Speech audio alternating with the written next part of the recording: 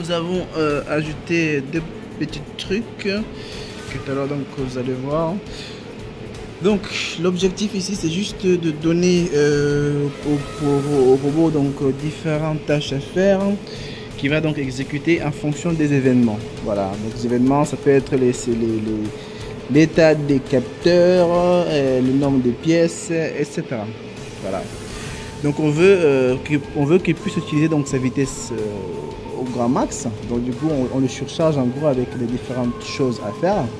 Et puis donc lui il le fait donc en fonction des événements en cours.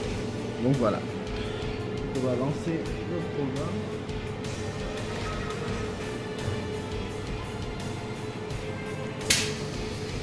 Donc tant qu'il y a des pièces, donc il va aller les chercher, donc les pièces vert et rouge.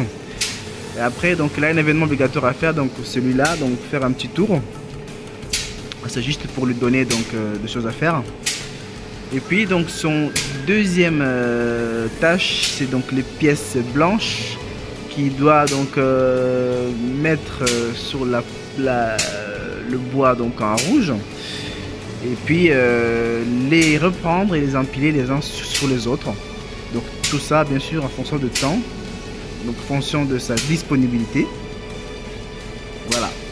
Donc aussi longtemps qu'il y a des pièces rouges et vertes, donc il a le droit donc de venir poser les pièces blanches et les empiler les uns sur les autres.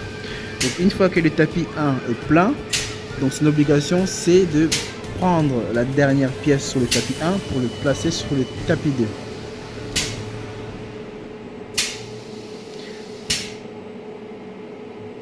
Donc c'est à lui en fonction des situations en fait de faire la tâche qu'il faut.